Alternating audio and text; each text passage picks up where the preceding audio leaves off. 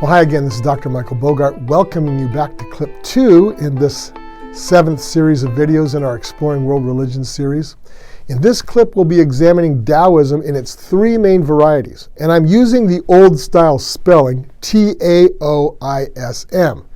The new spelling, and of course there's a whole new spelling convention for Chinese words, but the new spelling convention is Daoism. Both are considered correct. So Taoism seems to have arisen out of the ancient Chinese religious practice of magic, alchemy, and other attempts to access the supernatural.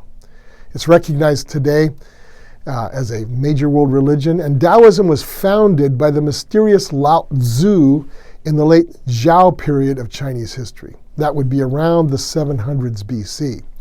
By the way, this would be right in the range of that Axis age that I spoke of in Series 4, Clip 2.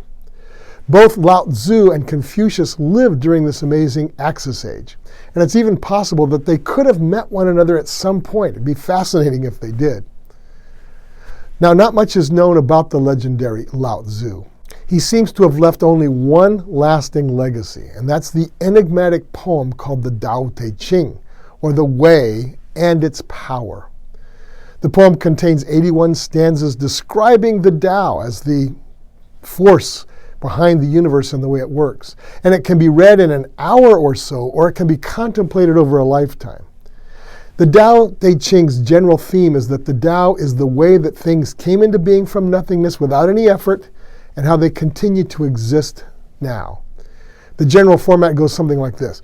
The question is asked, what is the Tao? And then the poem tells you what the Tao is not, and insists that if you think you know what it is, you know nothing at all.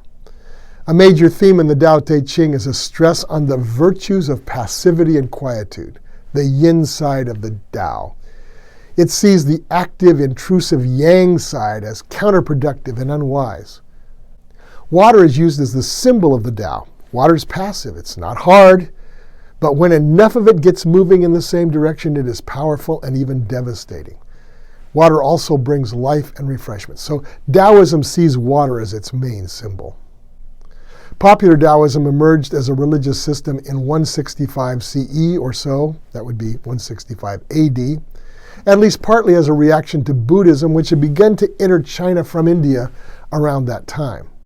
Popular Taoism took ancient Chinese philosophy and wedded it with popular animism. Animism, remember, is the reverence for spirits in nature and in natural objects.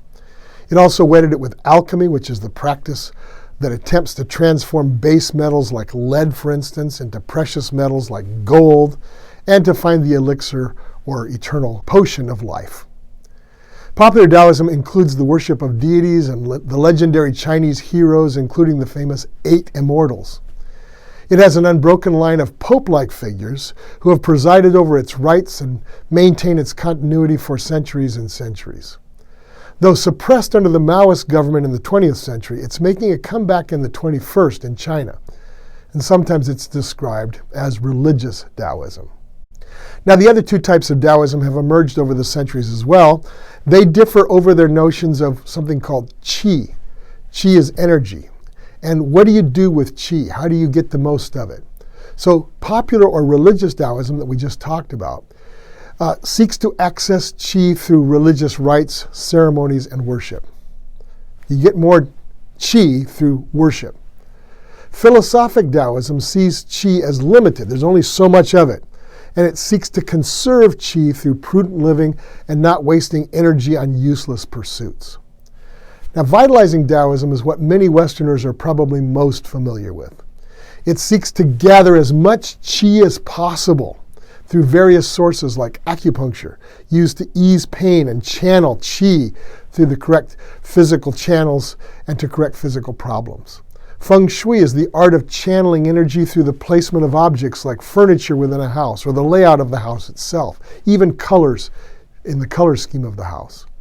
Tai Chi, which is the discipline of gathering energy through physical movements, maybe you've seen people kind of do this sort of thing.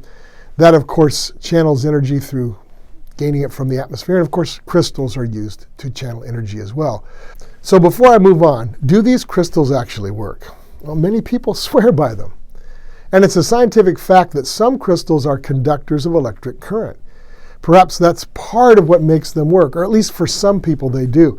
Now, I've never used crystals per se, but I did have a very sore wrist once, and someone gave me a sort of a bracelet that had a magnet in it. And I, just for kicks, wore it for several weeks until I noticed that the pain was actually gone. I don't know whether I healed naturally or whether the magnet actually worked. But the pain never returned, so maybe that is something like what crystals can do. Even cuisine can be part of vitalizing Taoism. I don't know if you know this, but Chinese food is thought to be based on Taoist principles of yin and yang, sweet and sour, hot and spicy. The contrast of tastes is combined to produce vitalizing energy through food. I love Chinese food. Maybe I love it because it produces so much energy and so tasty to eat. Well, that's plenty for clip 2 of Series 7. We'll pick up the overview of Chinese religion in clip 3 by looking at Confucianism and how Buddhism, as it entered China, changed China, but was also changed by China. Till then, this is Dr. Michael Bogart for the Exploring World Religions series. We'll see you next time.